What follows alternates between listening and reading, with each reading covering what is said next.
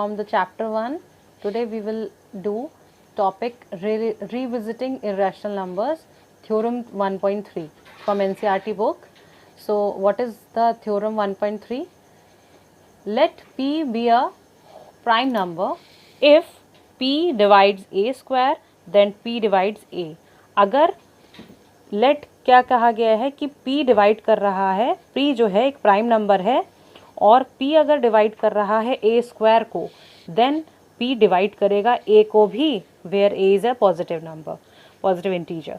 तो ये first statement जो दिया हुआ है ये हमें गिवन है और हमको ये प्रूफ करना है. ठीक है, सो प्रूविंग हम करते हैं. Let the prime factorisation of A. A अगर कोई नंबर है हमारा तो उसको अगर हम उसके प्राइम फैक्टर अगर कर रहे हैं, प्राइम फैक्टर आप जानते ही हो, प्रीवियस आपको एक्सरसाइज में मैंने प्राइम फैक्टराइजेशन मेथड समझाया. तो जैसे कि उसके बहुत सारे फैक्टर्स आते हैं, तो हमने फैक्टर्स को दे दिया है नाम P1, P2 एंड Pn तक, where P1, P2, P3, Pn are primes. Okay, prime primes. So therefore A square, अगर हम इस इक्वेशन को 1 मान रहे हैं और इसका मैं दोनों तरफ स्क्वायर करूं तो ये जो ब्रैकेट है ये डबल बार मल्टीप्लाई होगा. तो जब मल्टीप्लाई होगा तो P1 into P2 P square बन जाएगा. तो A स्क्वायर की वैल्यू ये आएगी. गिवन क्या है? That P divides A square. P किसको डिवाइड कर रहा है? A स्क्वायर को.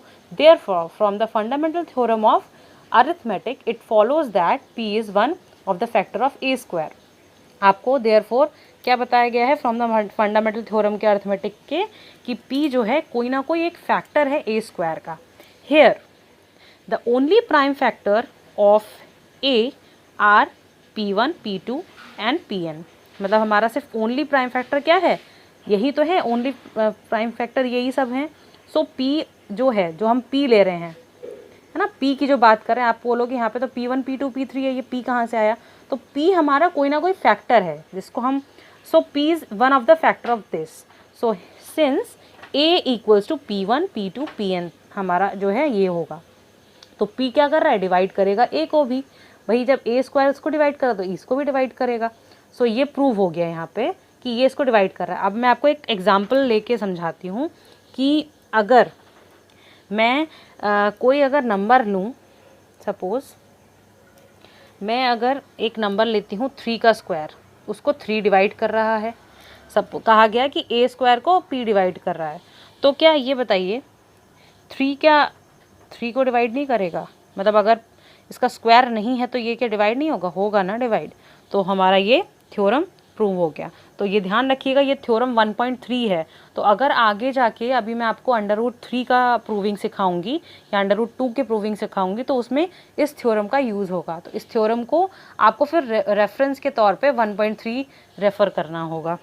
Okay, now we will do exercise 1.3. Question number 1.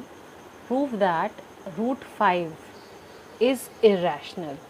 Okay, so let prove it. So solution is let √5 is a rational number. अगर हमें √5 को इर्रेशनल प्रूफ करना है तो सबसे पहले हमें उसका उल्टा लेना पड़ता है कि हमें ये मान लेना पड़ता है कि वो रैशनल नंबर होगा. So therefore we can find 2 integers. हमने क्या लिया? 2 इंटीजर्स ले लिए, क्योंकि आपको पता है रैशनल क्या होता है? P/Q की फॉर्म में होता है. तो हमने जो न्यूमरेटर लिया है वो A लिया है और डिनोमिनेटर B लिया है, और B जो है वो इक्वल टू 0 नहीं होगा, फिर तभी ये चीज़ फॉलो होगी. सो इधर का जो पोर्शन है ये मैं बाद में समझाऊंगी क्योंकि ये लोअर पोर्शन है. ओके, सो हम लोग पढ़ेंगे सच दैट हमने क्या करा कि √5 को हमने A/B के फॉर्म में ले लिया क्योंकि ये रैशनल नंबर है.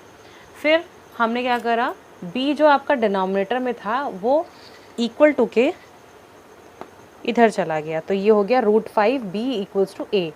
फिर हमने दोनों तरफ स्क्वायरिंग बोथ द साइड्स किया, तो ये हमने A स्क्वायर इक्वल्स टू √5 का B स्क्वायर हो गया. ठीक है, जब इसको मल्टीप्लाई करेंगे तो √5 का मल्टीप्लाई √5 के साथ होगा तो सिर्फ 5 आएगा. A square equals to 5B square. ये हम इक्वेशन 1 मानेंगे इसको.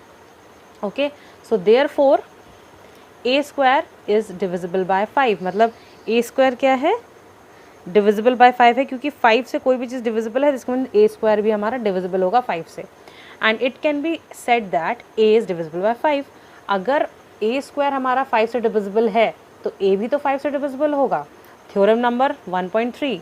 ओके, सो आप ऐसे ही अपने एग्ज़ाम्स में लिखेंगे, क्योंकि आप ये जो क्वेश्चन होते हैं ये थोड़े थियोटिकल होते हैं और इसमें लिखना ज़रूरी होता है, और इस टाइप के क्वेश्चंस बोर्ड पे ज़रूर आते हैं। ओके, तो आप यहाँ पे कर सकते हैं कि it can set that A is this by theorem 1.3, यहाँ लिख सकते हैं कि हम इस थ्योरम से बता रहे हैं, क्योंकि आप सिर्फ थ्योरम लिख देंगे तो भी आप ठीक है, मतलब कि प्रूव नहीं करने की ज़रूरत नहीं है, क्योंकि हम एक थ्योरम ही है। सो अब क्या करेंगे, एक यहाँ पे एक न्यू चीज़ हम करने जा रहे हैं, late A equals to 5k ले रहे हैं। अब यहाँ पे हमने नया एक डिजिट ले लिया, where k is any integer, कोई भी इंटीजर हो सकता है। जब हमको पता चल गया कि a डिविजिबल है 5 का, तो 5 के साथ हम कोई भी नंबर मल्टीप्लाई करें तो वो भी इसका क्या होगा, मल्टीपल होगा, where k is any integer. So इसको भी आप इसी तरीके से हम स्क्वायरिंग बोथ द साइड्स करेंगे, तो ये होगा a square equals to 5k square. अब 5k स्क्वायर को क्या कर सकते हैं, 25k स्क्वायर हो जाएगा, a square is equal to 25k square.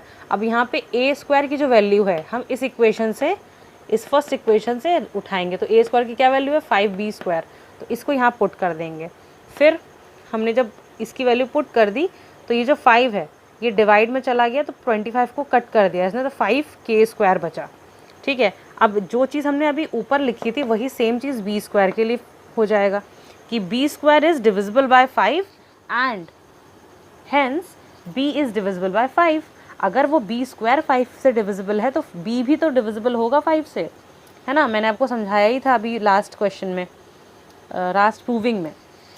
This implies that a and b have 5 as common factor. तो 5 क्या होगा, कॉमन फैक्टर दोनों के होंगे, 5 a का भी होगा b का भी होगा।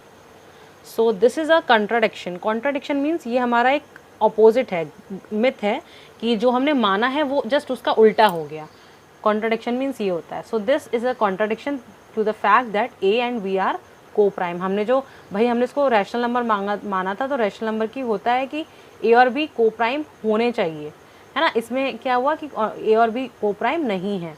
सो hence √5 can not be expressed as p upon q, और it can be said that √5 is irrational. So हमारा यहाँ पे √5 इरेशनल प्रूव हो गया।